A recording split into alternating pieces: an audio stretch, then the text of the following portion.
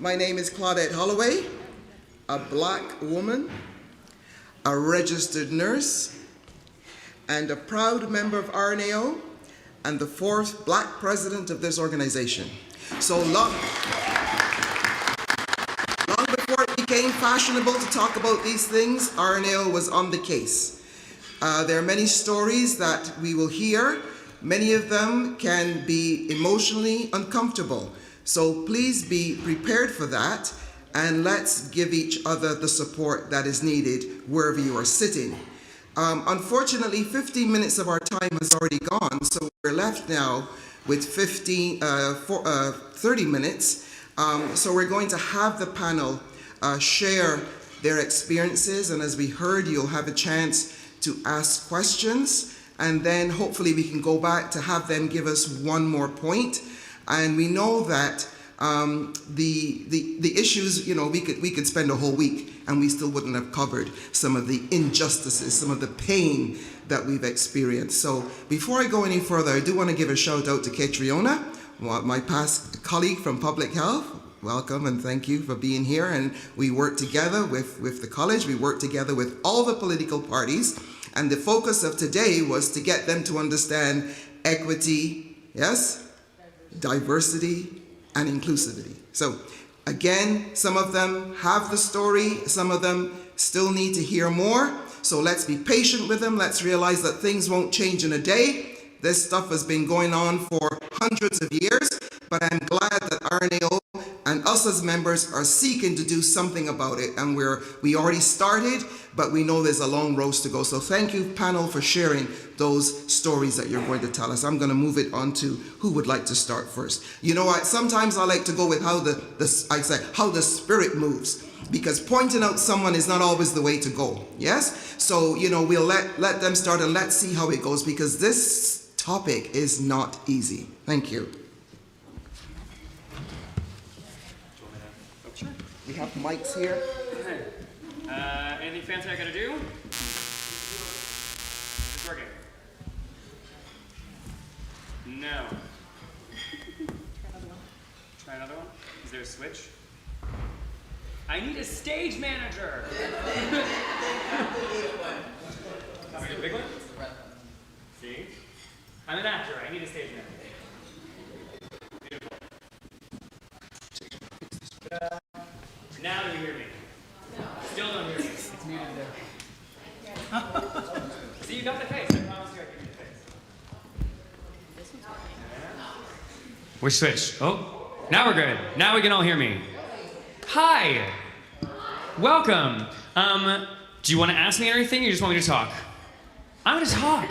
But please cut me off when you need to cut me off, because I love to talk. Don't worry, I will. Good. I love this. So hi, my name is John Edwards. I'm a gay man. I am a nurse. I've been a nurse for about 6 years. The reason I'm here, and I love that we were sort of introduced with the sort of idea with equity, diversity, and inclusion, and sort of our stories of pain and difficulty. And the reason that I am here is actually a little bit of the opposite of that. Because when I started my master's research, I was really interested in what was the influence community has on gay and HIV positive men. As a man of a certain age, HIV is in my bones. It is in every experience, every story, every movie, every television show that I saw from like the 80s through the 90s. And so that's what I thought being gay was going to be. It's also what my mom, who was a nurse, thought being gay was going to be. And when I came out to her, she wept because she really thought I was going to die. And in fact, you know, history as a dancer, I went through a period of time where I didn't eat very well in college, and I got very thin and came home for Christmas, and Mom went, oh my God. In fact, I was just hungry. And I did all fine. So when I started my master's research looking at communities, and you're always looking into your background research to be like, what are we talking about when we talk about community? And what I found when talking about the queer community, that is the term that I use for 2S LGBTQ, because there's a lot of letters. So I talk about queer when I talk about all of us as an umbrella.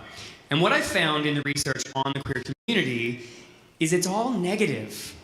I think as healthcare professionals, while we're trying to address issues, and I think this actually extends to all of our communities, we are focusing on the things that are going wrong because we want to improve them.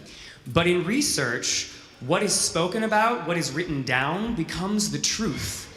And so if we only speak about the things that are not great in our communities, which in my case was all about mental illness, substance use, lots of HIV, promiscuous sex, drug use, like so many of these things, that's all we were talking about. And as a result, people and the powers that exist above us begin to think that gay men in particular are only mental illness, substance use, and HIV. And this is not true. So that was very upsetting as a researcher and as a person who's a part of the queer community, to think, is this what everybody thinks about me? When I walk into the hospital, is this how all healthcare professionals view me? And in fact, it isn't. And this is part of why I live the way I do, which is to be not necessarily political, but I am loud. I am a performer. I have been in the spotlight for my whole adult life. I'm used to speaking to thousands of people in order to sway an idea. And so I really wanted to sort of share positive stories. So that's what my research became, looking at an organization, the People with AIDS Foundation, and the experiences within that organization that were positive, and how community and being a part of that community helped people. And it, in fact, turned out to improve their mental health, reduce substance use. Yes, HIV is there, but it's wildly stigmatized still, despite all of the incredible advances that we have made in HIV. It is wildly stigmatized. But being a part of a community is a positive thing. It does good things, and I was able to share stories. That was the whole crux of my research, was to gather people's stories. To be like, tell me about what it is like for you to be a gay man in this group. What is it like for you to be HIV positive in this group? And they told me all these incredible stories about the supportiveness, the getting on a bike and going 600 kilometers from Toronto to Montreal, and how rewarding that is, and the fact that it doesn't matter how they're shaped, how old they are, whether they're positive or not. They were able to do it, and they were able to make friends that they didn't have access to necessarily in the broader queer community. And so, when I sort of had this idea, I did my research, it went successfully, and that was great. But then I came back to the RNAO group, the Rainbow Nursing Interest Group, and I thought, the world is not good right now. We can all agree on that, yes? There's a lot of awful things happening in the world. And I thought, you know what? Maybe right now is not the time to discuss our moments of suffering and pain and the sort of trials and tribulations we've gone through. Those things are real. They have happened. They are important. We do need to fix them. But let's talk about some of the stuff that's good. Some of the things that make us successful and vibrant and wonderful within the healthcare system and just in general. So I reached out to my executive and I reached out to our members to say, tell me about you. Tell me about the good things that happen in the healthcare system. Tell me about the good things that you've experienced as a nurse. And we're working on that. That is still a work in progress. I think perhaps in this particular climate we're experiencing, there's a bit of fear, there's a bit of trepidation in sharing personal stories about their loved ones, their just sort of general experience, because it can be dangerous to sort of stick your neck out. And I do find, I was actually saying this in the lunch line earlier, that nurses can be nervous to stick their neck out. And so what I would say, because my story essentially is, we know now that I'm a performer, I did that for 15 years, I'm used to being loud and sticking my neck out. That didn't change when I decided I was going to become a nurse.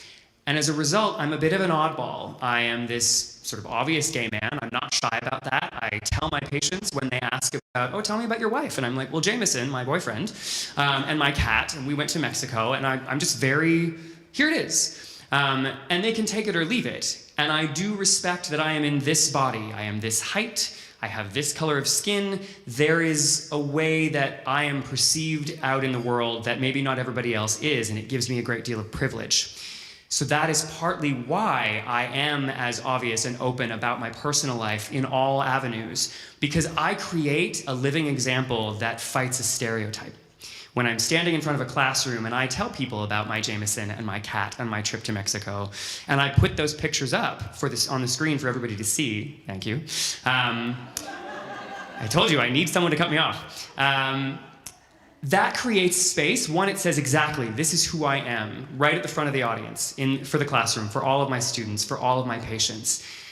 And it creates room for everybody else in the room, if they feel different or odd in some way, to empathize with me, and it creates space for them to be exactly who they are.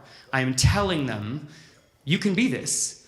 Be this with me. I want you to be yourself all the time. I want my patients to be themselves all the time. And the more we can humanize what we do, because I think this is the sort of the grand thing that all nurses are capable of. We're the great translators of everything in healthcare, right? All of our physicians and all of the different sort of health disciplines have all these different languages that come at the patient. And then we come in and go, did you get any of that? Do you need me to sort of translate into human language? Because we are all humans and we can all get behind stories. It's really easy to connect on a base level when we just tell each other the stories about our lives. It doesn't matter whose hand we're holding, what genitalia we may or may not have, what pronouns we use, what color our skin is. None of that actually matters in the grand scheme of things. We are people, and we want to just tell stories to each other because we can connect on that. So I encourage you, if you feel you are an ally, if you feel you want to help, if you don't know how to understand somebody else's story, just talk about your life. You can empathize with anyone else's story, regardless of who you are or where you come from, because we can all connect on very basic, simple things. Thank you.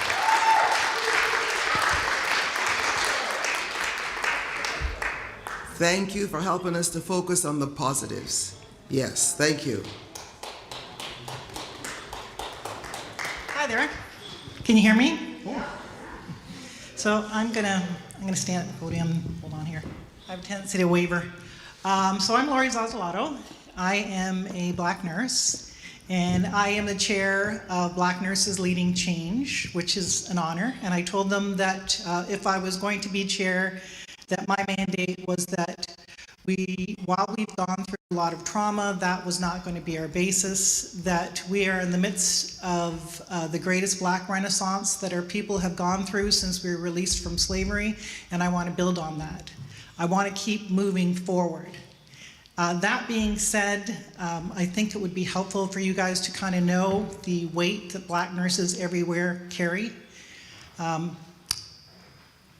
Racism has been a thread in the tapestry of my life and Black nurses and Black people's lives forever.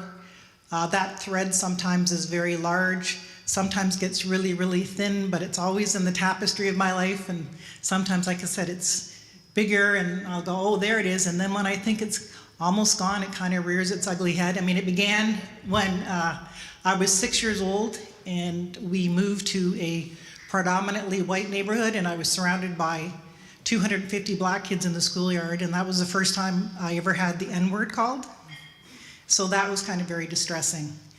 And then that tapestry continued on again through school, and then when I decided to become a nurse. I remember it reared its head there again when, excuse me, my instructor at school was telling us all, keep your marks up high. This was in college. Keep your marks up high as an RPN, because that will determine, where you go, what kind of placement you get. So she said, we keep 2 positions just for RPNs who are going to the ER. And I thought, wow, maybe I could get one of those. So I'm the first person in my family to literally break out of the ghetto. So I had, there was no, when you go to college, when you go to school, there was no history of that. I actually didn't know what to do. So I thought, I'll ask my instructor. I said, what do I do to get one of those 2 spots so I get that edge, so I get a good start out of nursing school? And she stepped back, looked me up and down and said, don't even bother. You're not going to get it. So of course, me being me, I was very determined. I got one of the positions and I became the class valedictorian.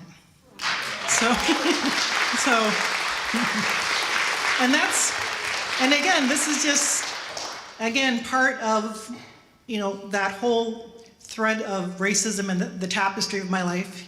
My sister and I have an older sister, so as teenagers, we decided we're having all these racist experiences. And we thought, it can make us bitter or it can make us better. So we decided that for our lives, we were going to be ambassadors. We were never going to live up to the stereotype. We were not going to turn the other cheek. We were going to stand up for ourselves, but we were going to be the best people that we could be no matter what we faced. So I became an RPN, then I became an RN, and unfortunately, these experiences still happen.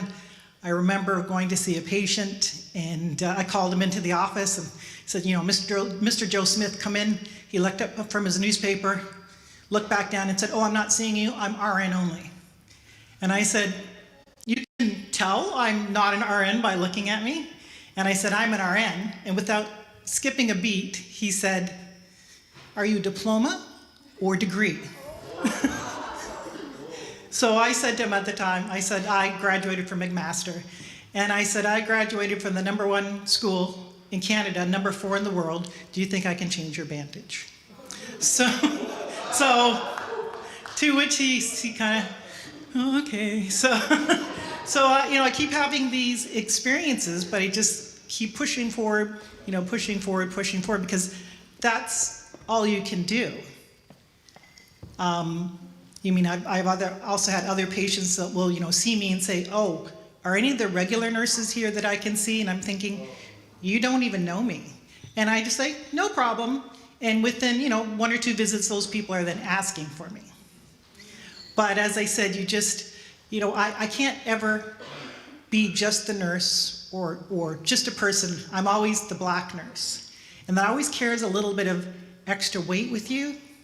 So, be kind to your nursing students. Whenever I see them, whenever I see ethnic nurses, I always say, I see you, I know what you're going through, it's a little bit hard, but keep going, and it's getting better, it's gotten better, it's gonna keep getting better.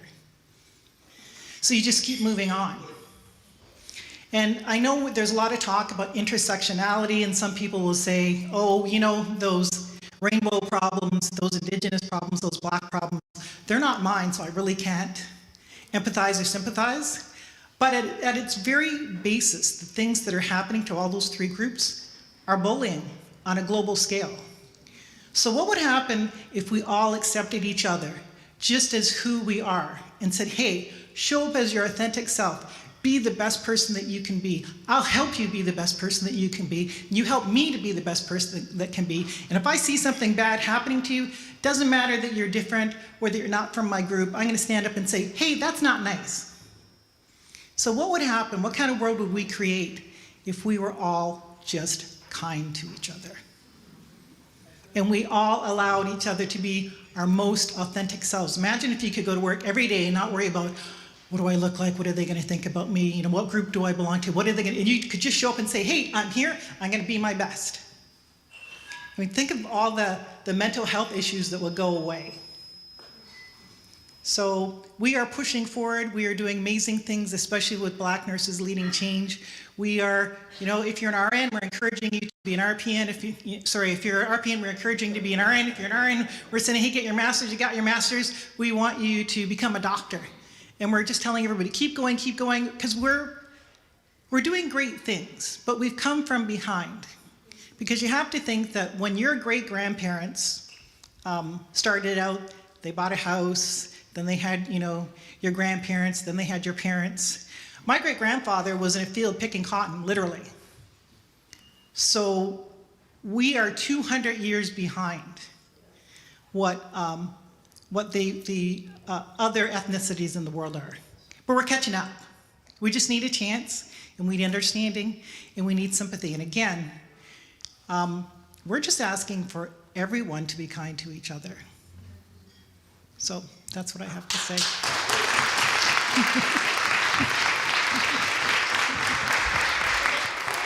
Thank you. It's all about respect. It's all about respect and valuing each other as human beings. I guess I'm last. Is this on? Okay. That was really loud. I'm so sorry. My name is Victoria, and I'm the chair of the Indigenous Nurses and Allies Interest Group. I'm a little bit nervous, so I apologize. I come kind of with a different perspective. I have the last name Guido, which is very Italian, but my mother is First Nations, so I don't share the same experience that majority of Indigenous nurses share, but I'm here to just kind of inform you that every Indigenous nurse is different. We're all at a different stage in our journey, just like how everybody here is at a different stage in their learning journey. And that, yeah, let me think. Sorry. I'm losing my train of thought. You're all right. That this group that we formed, Rachel Raddick had formed it back in 2020 through a kind of difficult period during COVID where not everybody was really into wanting to do extracurriculars. So we're still kind of figuring ourselves out, but we are a strong group of Indigenous and allies, nursing students and RNs, and we just want to make sure that everybody knows that we are in the room and that we do have a voice and that we do deserve to be heard. We deserve to have that seat at the table when it is necessary for us, which is always. We need to be there to make the decisions in healthcare, in politics, in every single aspect of life, because Indigenous people were, as everybody knows, the first people on the land, so we deserve the seats that we don't always get. Along with like everybody else on this panel. It's just important to realize that even though we do have a small amount of education about Indigenous people in our school system, it's not enough. I personally went to McMaster University, which is very close to Six Nations. And I went to school with many people from the area who didn't know that there was a reservation even in Brantford or in Southern Ontario. Which is a little bit shocking to me, seeing as it's just around the corner. And that was only 4 years ago. So there's still a lot of learning that needs to be done. And I congratulate all of you because I know most of you here have been doing that work, which is important. But we have to like keep doing more work because the voice of Indigenous people need to be heard, especially like in healthcare. Yeah, I think really my main point is, although Indigenous people might not look the way that you would assume an Indigenous person would look, we all have our own unique perspectives on how colonialism and systemic racism affect us today. Even though some of us might be First Nations, Métis, Inuit, status, non-status, all of our opinions still matter and we're still deserving of everything that everybody else is. I think that's probably everything I have to say. Thank you.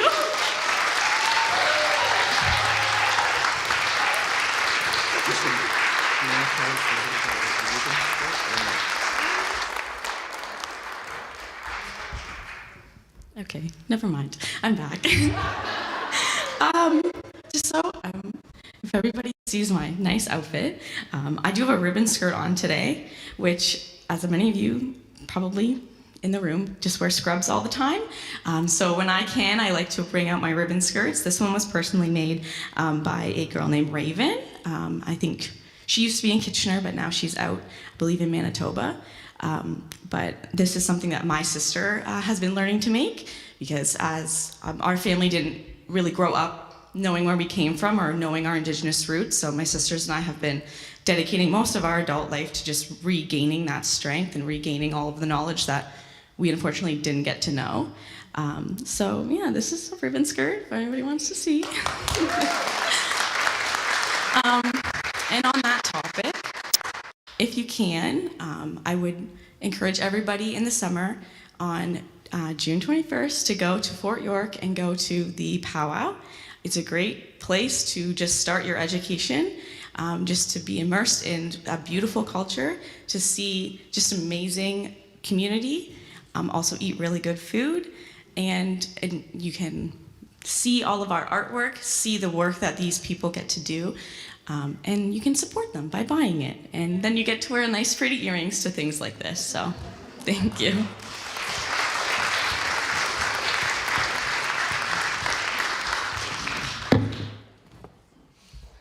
Thank you. I'm learning more about the ribbon skirts. Our board member Maxine has taught me a lot about them, and I'm learning a lot. Your executive, RNAO's executive, Doris, Lamo, and I had the privilege of being invited to a celebration late last year where we had it was the freezing moon celebration. And it was, the community organizations that got together. So learning more and more about Indigenous culture is really, really important.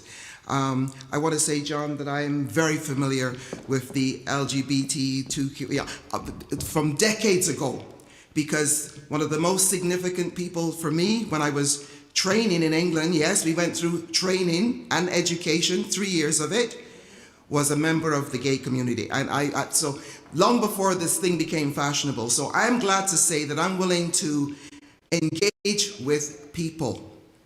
I am prepared to offer respect to people. And I'm also prepared to learn. And I hope all of us are willing to learn and move forward. So you have a chance now. I would take 3 questions. If anyone wants to come forward, we can use one of these mics here. I'll bring the mic to you. Thank you.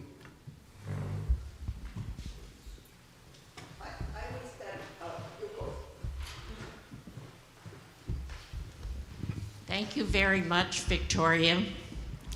I want to mention for Northern Ontario.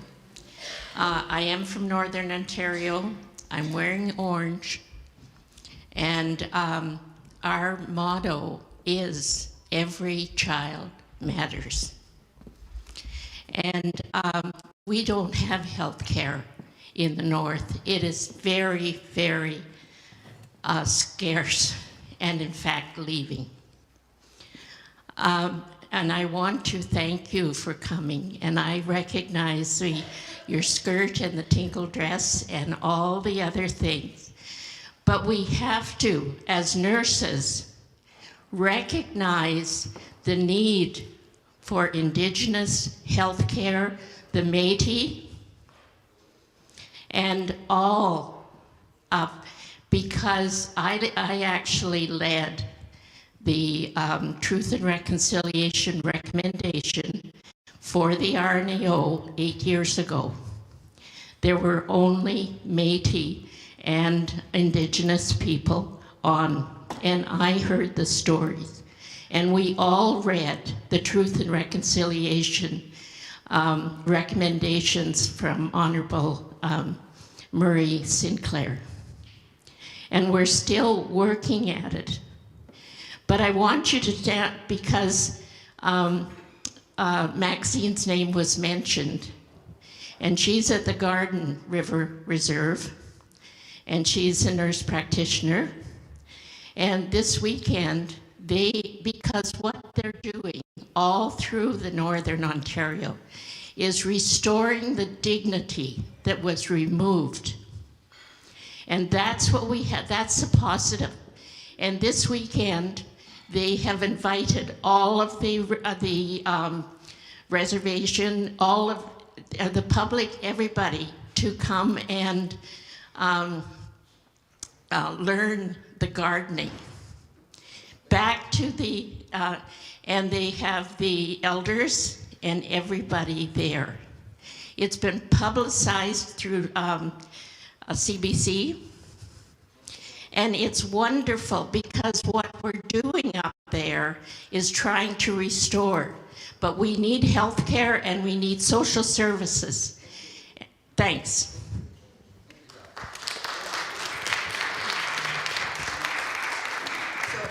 I only have a very quick question. Thank you for your comments, and I just want you to know that the RNAO is also working big time on it with Indigenous communities, all of the 3 First Nations, Inuit and Métis, and we have BPSOs, and we are going, in fact, to Thunder Bay, just so you know, in the fall, and we are staying, and this is to the point that you were trying to make, Victoria, about helping economically communities. We're staying in an Indigenous-owned hotel for a purpose, for a purpose. And whoever wants to stay somewhere else, they can, but we don't give reimbursement, only in the indigenous zone. That's the type of action we need to take. The question is, because you all try to focus on the positive, and I want to build on that, I think this world needs it. What was the happiest moment for you as a gay person, as a black person, as an indigenous person in nursing, if you can? Because we can learn from the positive moments. Well, they pull their thoughts together. I just want to thank Dot. She has spent a lifetime in service, parish nurse, a lifetime investing in people. Thank you, Dot. Let's give her a round of applause.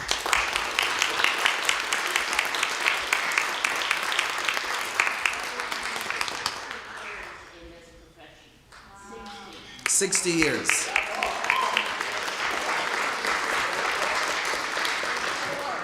Before OHIP, I was practicing as a BOM nurse. We did not have OHIP.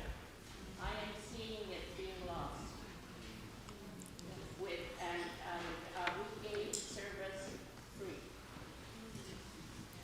And we have to again. We will fight for publicly funded health care. Thank you. Back to the panel. On? We're on. Happiest moment in nursing as a gay man. I honestly think, I don't know if there's like one particular moment, but the thing I love the most is when I'm on the floor and you have a moment with someone who is like you. You have sort of this like, I see you and your husband, or I see this is potentially maybe this is someone who's a lesbian, or I've worked with people who are also transgendered. And when you have that little moment where they clock you as the nurse that's going to work with them, you see this sort of relaxation moment happen, where they're just like, I get to be myself. I live for that moment. When there's that little twinkle that says, we see each other. We're going to talk about RuPaul or something. Yeah, that makes me very, very happy, because I can see in that moment they now feel safe in my home. And that's what I want for all of my patients, but especially the queer ones. I'm going to give you 2 moments really fast. Number one, I don't do bedside nursing anymore. I work as a clinical specialist for a medical supply company. So the greatest joy I've most recently had is the fact that I travel around Ontario and the eastern provinces. And I have just had so much joy in all of the Black and other ethnic nurses that come up to me and say, oh my God, I'm so happy to see you. I never thought I would see someone in your position doing something like you're doing. I'm going to try. So, and becoming chair of the Black Nurses Leading Change has brought me great joy, because I have never been so proud to be Black. I have never been in rooms with such amazing and uplifting people, and I just feel like I can take over the world.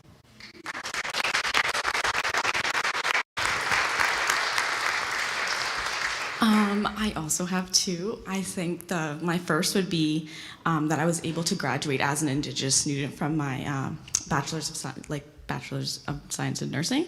So I got to have like my own special ceremony with our school, which I didn't think would ever be something I could do, which was really cool. And I think that I now feel confident enough to stand up and speak up for my patients who are Indigenous. And I now have the courage to correct the doctors when they're wrong and tell them that, you can't just do certain things, and you need to take into account where she's coming from, how old she is, her living situation, because those things matter. It doesn't make her any worse or better of a parent, but we need to think about those things and help and give support. So I'm happy that I now am able to kind of give those answers.